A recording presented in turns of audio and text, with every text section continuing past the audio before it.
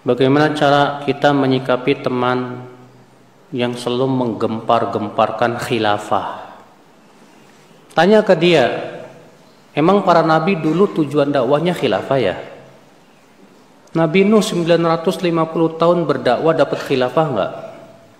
Apakah Nabi ada enggak dalam Al-Quran dan hadis Allah menyebutkan bahwa para rasul ketika dakwah tegakkan khilafah? Enggak ada. Yang ada dalam Al-Quran sudah saya sebutkan kemarin dalam surat An-Nur ayat 55. Wa khilafah itu janji Allah bagi suatu negeri yang mentauhidkan Allah dan menjauhi apa?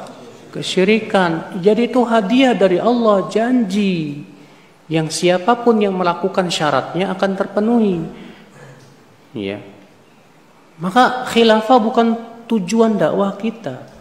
Rasulullah SAW ketika berdakwah di kota Mekah, apa pernah kita dapat riwayat Rasulullah SAW yang selalu digempar-gemborkan tegakkan khilafah, tegakkan khilafah? Tidak ada.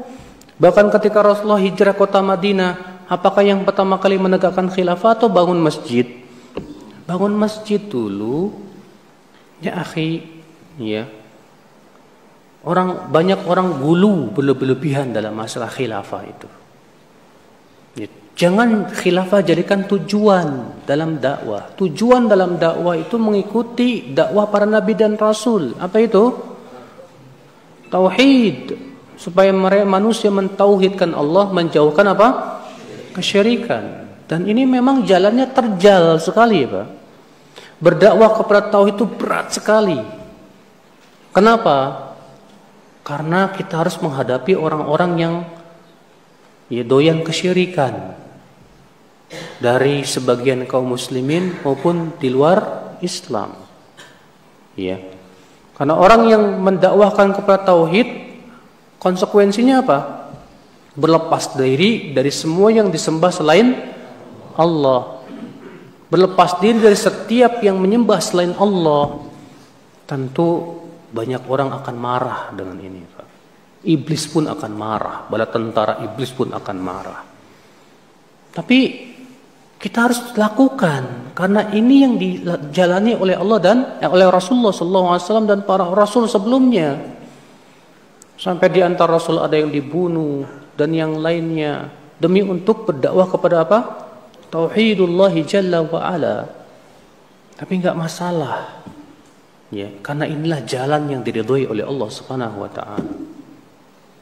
Maka dari itulah ya akhi, sebagaimana sudah saya jelaskan kemarin bahwa dakwah para nabi dan rasul memfokuskan kepada tauhidullah Jalla wa Ala. Enggak ada nabi dan seorang nabi pun yang fokus dakwahnya kepada politik, enggak ada.